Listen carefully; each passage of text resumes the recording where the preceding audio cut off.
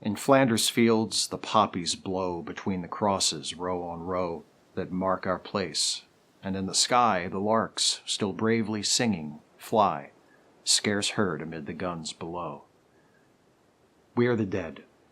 Short days ago we lived, felt dawn, saw sunset glow, loved and were loved, and now we lie in Flanders fields. Take up our quarrel with the foe. To you from failing hands we throw the torch. Be yours to hold it high. If ye break faith with us who die, we shall not sleep, though poppies grow in Flanders fields. John McCrae, Canadian poet and doctor, wrote that poem in 1915 during the First World War.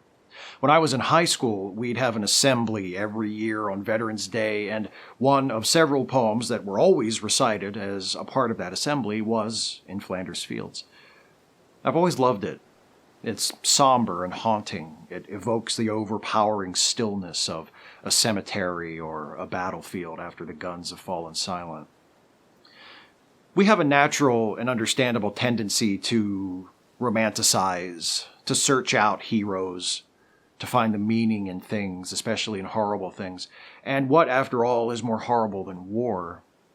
But McCrae doesn't celebrate the heroism or the bravery of his subjects. They are simply the dead, who once lived and now live no more. The poem is sad, as war is sad. The poem is still popular. It's still often recited at Veterans Day gatherings here in the States, or Remembrance Day, as it's known in the UK and Canada and throughout the Commonwealth of Nations. But its reputation as literature has suffered through the years.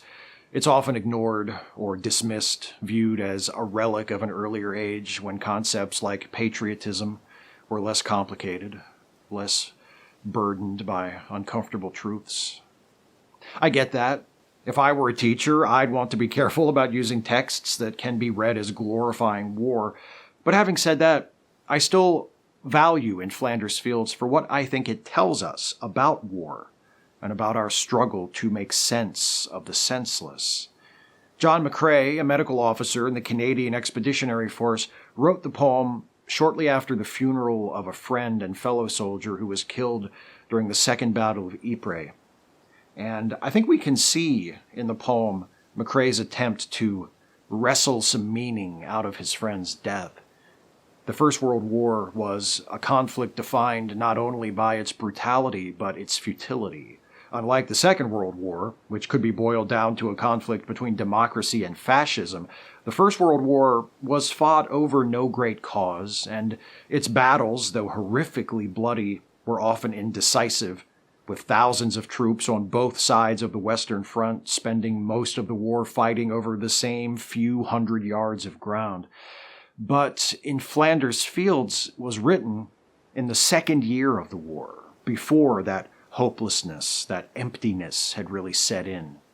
When McCrae wrote of the dead throwing the torch to the living, it still seemed possible to win the war in something other than a strictly political sense.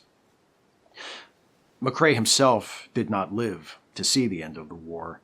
He contracted pneumonia and died in January of 1918 at the age of 45. He apparently never lost his conviction that the war was one that ought to be fought, and that it was the duty of his fellow countrymen and their allies to fight it.